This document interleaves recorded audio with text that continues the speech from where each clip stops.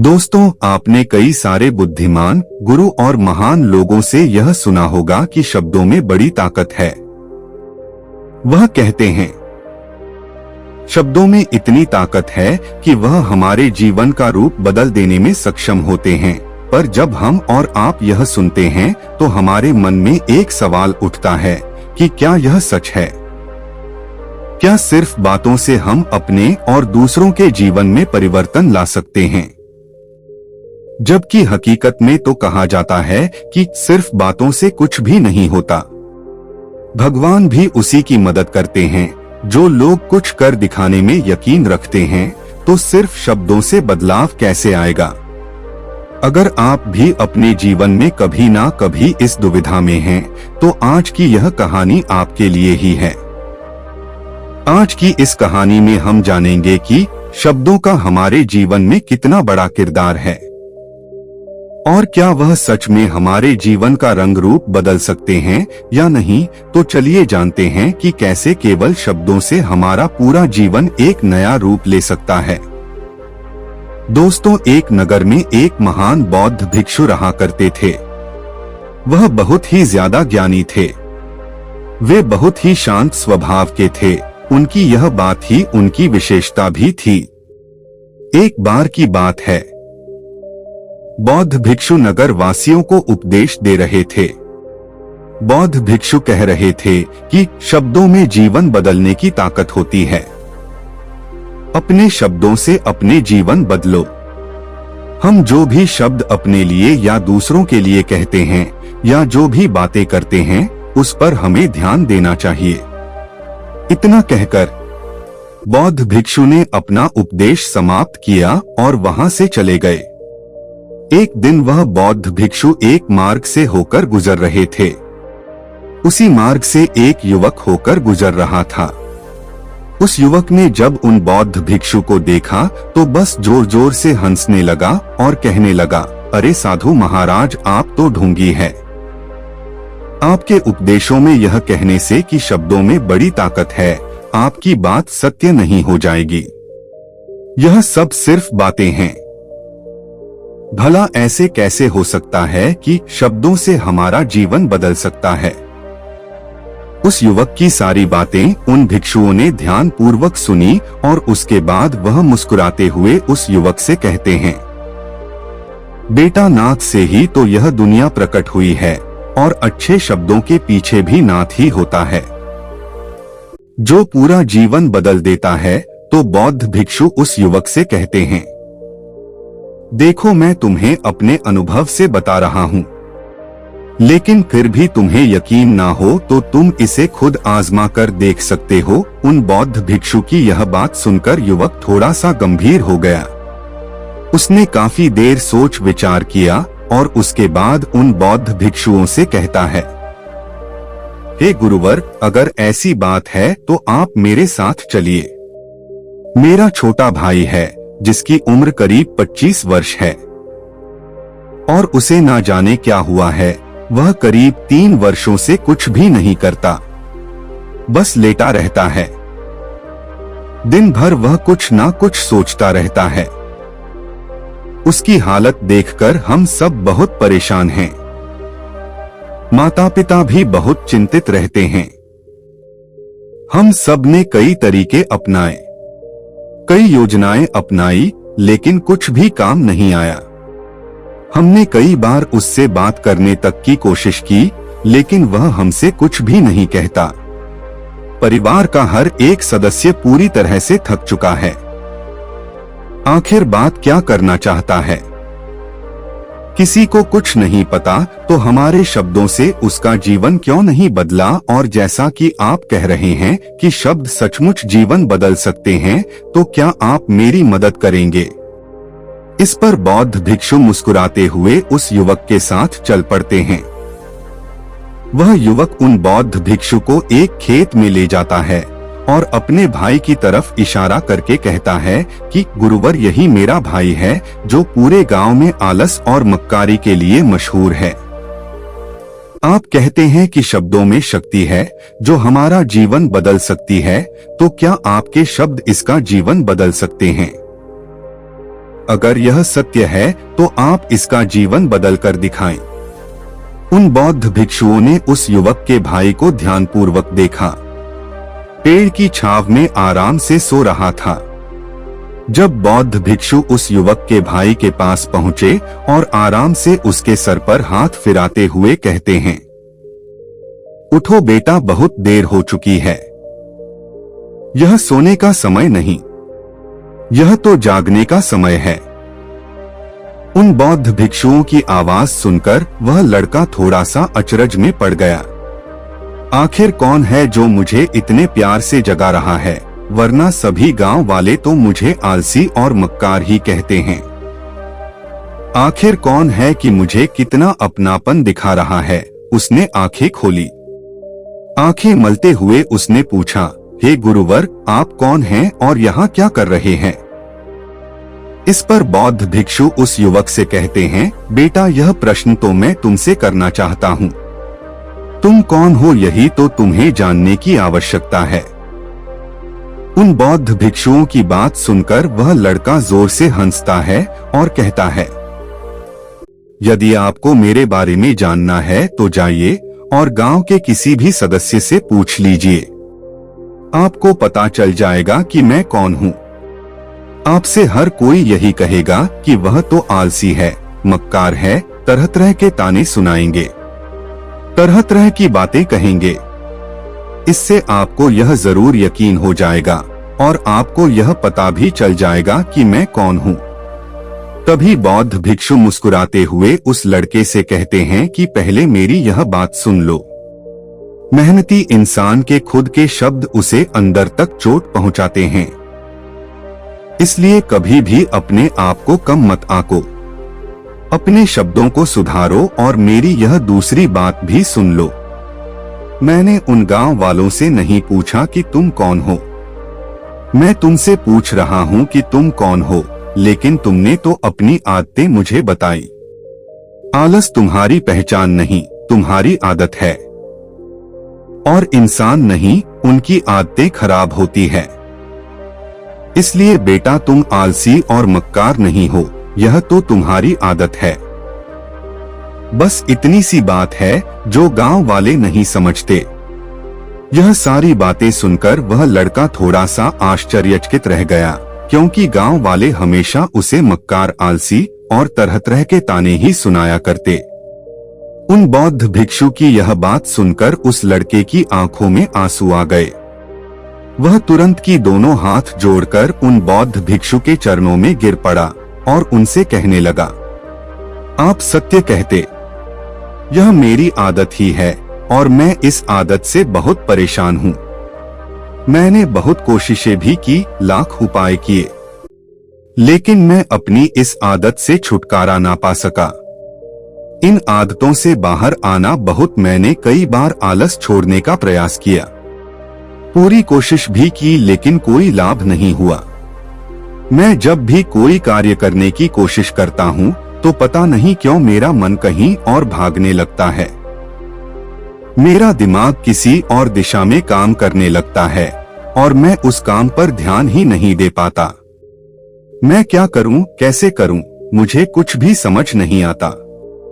जब भी मैं किताबें पढ़ने की कोशिश करता हूं तो मुझे नींद आने लगती है। मन में एक अजीब सा डर महसूस होता है।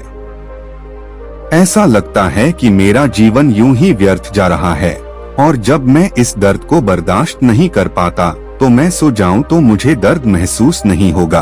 और अब तो मुझे यह भी यकीन हो चुका है कि मैं इन आदतों से नहीं निकल सकता। यह आदतें मुझे नहीं छोड़ने वाली।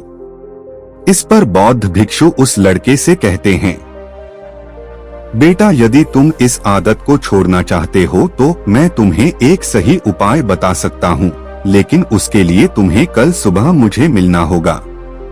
तभी वह तरीका मैं तुम्हें बताऊंगा। यदि तुम उस तरीके को सीखना चाहते हो तो कल सुबह मेरे पास चले आना। लेकिन अब उस लड़के के मन में तरह तरह के विचार चल रहे थे। वह लड़का यह सोच रहा था कि अगर मैं अपनी मनपसंद जिंदगी जीने लगूंगा, अगर मैं दुनिया घूमने लगा, नए लोगों से मिलने लगा और अपनी पसंद का काम करने लगा। तो मेरी जिंदगी कैसी होगी, उस बात को ध्यान करके उसने एक कागज पर अपना लक्ष्य लिखा और लिखकर सो गया। अगली सुबह जब उसकी आंखें खुली तो उसने उस पेपर पर लिखा हुआ लक्ष्य एक बार दोहराया। उसके बाद वह कुछ देर के लिए शांत हो गया। तभी उसे बौद्ध भिक्षु की बात याद आई कि तुम अपने लक्ष्य के लिए आज क्या कर सकते हो। उसने खुद से सवाल किया कि मैं आज अपने इस लक्ष्य को प्राप्त करने के लिए क्या कर सकता हूँ। तभी उसने एक बार फिर उस पेपर की तरफ ध्यान दिया। उस पेपर पर लिखा था कि मैं बाजार जाता हूँ और लोग व्यापार करने के लिए कौन सी चीजें, कौन से सामान लेकर आते हैं। मैं उन चीजों को देखता, उन चीजों को पता करता। यह पढ़ने के बाद तुरंत वह बाजार चला गया। वह अलग अलग दुकानों पर बैठा और देखा, लेकिन उसे कुछ समझ नहीं आ रहा था, क्योंकि लोग अलग अलग व्यापार कर रहे थे, अलग अलग तरह की चीजें और सामान ले रहे थे और किसी ने उसकी कोई मदद नहीं की। वह बहुत उदास हो गया और निराश होकर वापस घर लौट आया। तभी उस लड़के को उन बौद्ध भिक्षु की एक और बात याद आई। शब्दों में बहुत ताकत है और शब्द हमारा जीवन बदल सकते हैं। उसे सकारात्मक विचार याद आए तो उन्हें सुबह शाम दोहराने लगा और अब से वह हर दिन ऐसा ही करता।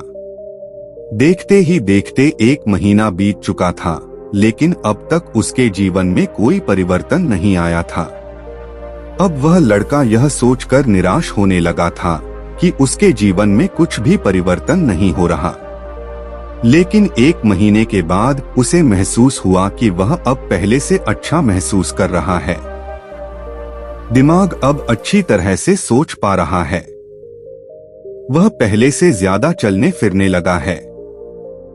धीरे धीरे उसे समझ में आने लगा कि जो लोग आगे बढ़ते हैं, महान काम करते हैं, उनकी सोच में कितना अंतर होता है।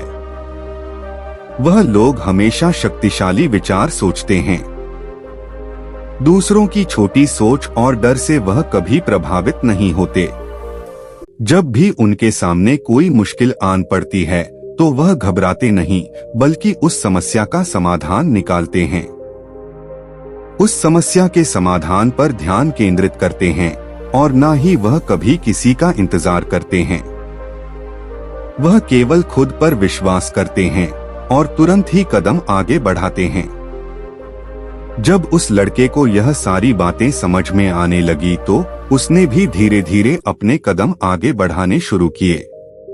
उसने बिल्कुल वैसा ही व्यवहार करना शुरू किया। अब से वह कभी खाली नहीं बैठता था। जब भी उसका मन करता, वह बाजार जाता और लोगों के बारे में जानता कि वह किस प्रकार व्यापार कर रहे हैं, कौन सी चीजें खरीद रहे हैं और किन चीजों पर उन्हें लाभ हो रहा है। और जब उसका मन करता तो अपने पिता की मदद भी करता था। वह अपने पिता के साथ बाजार जाकर मोलभाव करता। हमेशा कुछ ना कुछ सीखने में ही जुड़ा रहता है।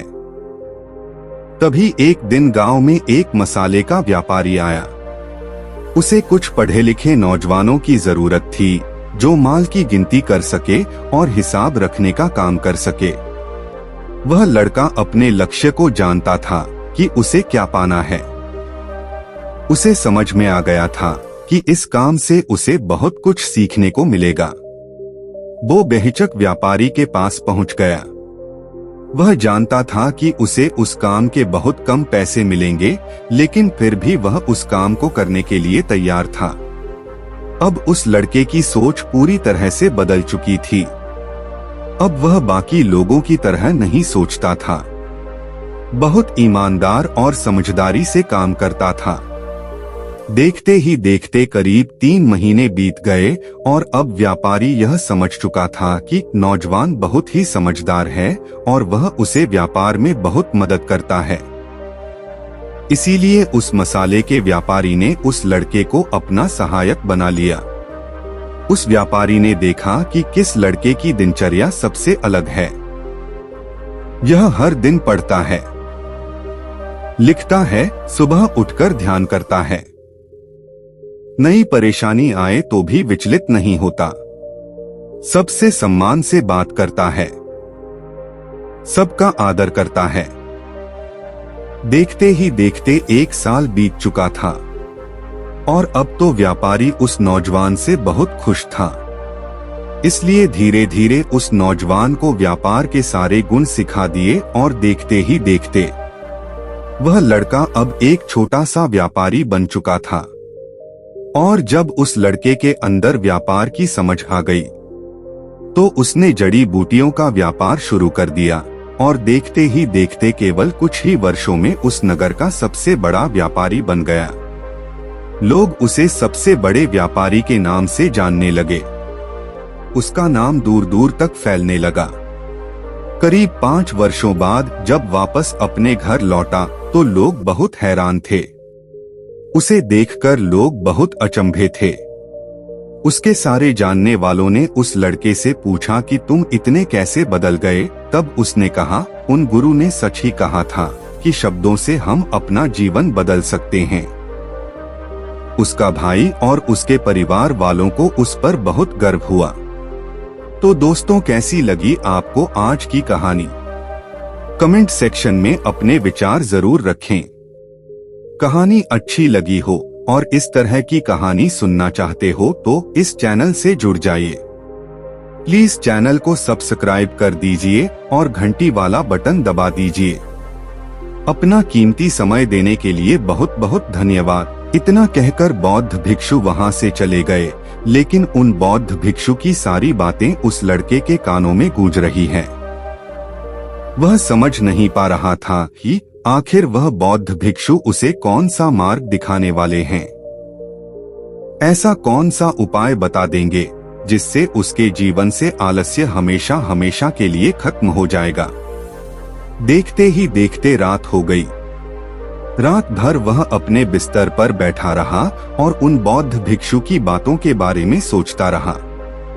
इसी प्रकार देखते ही देखते सुबह हो गई और वह लड़का उन बौद्ध भिक्षु के पास जा पहुंचा। वह लड़का उन बौद्ध भिक्षुओं को प्रणाम करता है और कहता है, गुरुवर, जैसा कि आपने कहा था, लीजिए मैं आ गया। अब मुझे वह मार्ग बता दीजिए जिससे मैं अपने जीवन से इस आलस्य को निकाल सकता हूँ।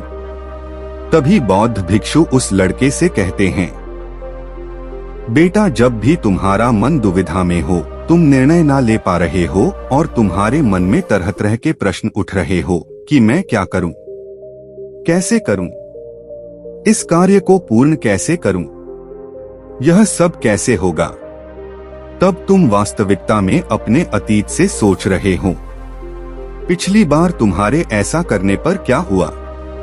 अतीत में तुमसे लोगों ने क्या कहा था? तो आज से कभी भी अपने अतीत से नहीं बल्कि भविष्य से सोचो।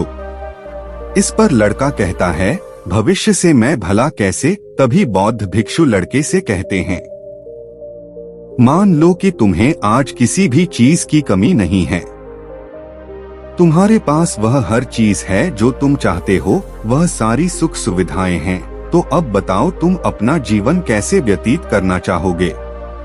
बौद्ध भिक्षु की यह बात सुनकर वह लड़का कुछ देर के लिए सोच में पड़ गया, क्योंकि आज तक सभी गांव वालों के केवल ताने ही सुने हैं। किसी ने भी आज तक उसके जीवन के बारे में उससे ऐसी बात नहीं की थी और वह गुरुवर उसे आने वाले भविष्य के बारे में उससे बातें कर रहे थे। उन बौद्ध भिक्षु की यह बात सुनकर वह लड़का खुद से प्रश्न करने लग गया कि अगर मेरे पास सब कुछ होगा, धन की कोई कमी नहीं होगी और सारी सुख सुविधाएं होंगी, तो मैं अपना जीवन कैसे व्यतीत कर लूंगा?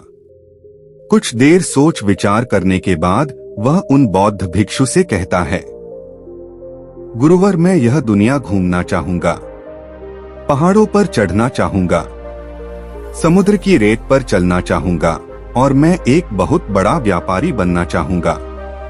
तभी अचानक उस लड़के का ध्यान टूट गया और वह उन बौद्ध भिक्षु से कहता है, परंतु हे गुरुवर, यह सब कैसे होगा? मात्र मेरी सोच लेने से तो यह सब पूरा नहीं होने वाला। उसके ऐसा कहते ही उसके अतीत में बीती सारी घटनाएं उसकी आंखों के सामने से गुजरने लगी और वह एक बार फिर से निराश गया और अब यह सोचने लगा कि मेरे पास तो पैसे ही नहीं हैं, तो मैं भला व्यापार कैसे कर सकता हूँ और ना ही मेरे पास व्यापार का कोई अनुभव है। ऐसी स्थिति में मैं भला यहाँ से कैसे निकल सकता हूँ? लड़के के इस प्रश्न का जवाब देते हुए बहुत उस लड़के से कहते हैं, हर रात सोने से पहले तुम अपना लक्ष्य एक कागज पर लिखो और सुबह उठकर सबसे पहले उस लक्ष्य को देखो और सोचो कि उस लक्ष्य को पाने के लिए आज तुम क्या कर सकते हो, और जो भी तुमने उस कागज पर लिखा होगा उस कार्य को उसी दिन पूरा करने की हर मुमकिन कोशिश करो। इस पर वह लड़का कहता है, आप सच कह रहे हैं, लेकिन जब मैं बहुत सोचने लगता तो मेरा मन विचलित हो जाता है और मन में तरह तरह के विचार उठने लगते हैं और उन विचारों को शांत करने के लिए मैं सो जाता हूँ ताकि वह विचार मुझे परेशान ना कर पाए।